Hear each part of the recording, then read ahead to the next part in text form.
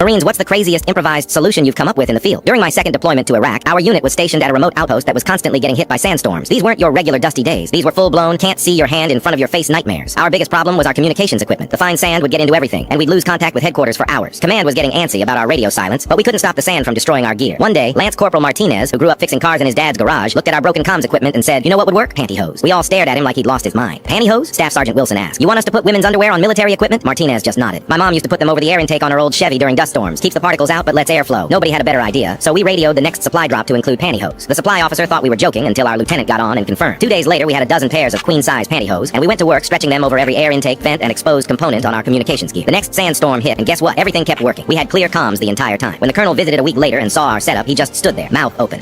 "Are those?" "Yes, sir," our staff sergeant replied. "Standard issue tactical filtration devices." The colonel shook his head, laughed, and said, "I don't want to know where you got them, but I want this solution implemented across all forward operating bases by next week. Sometimes in the Corps, the craziest ideas are the ones that work."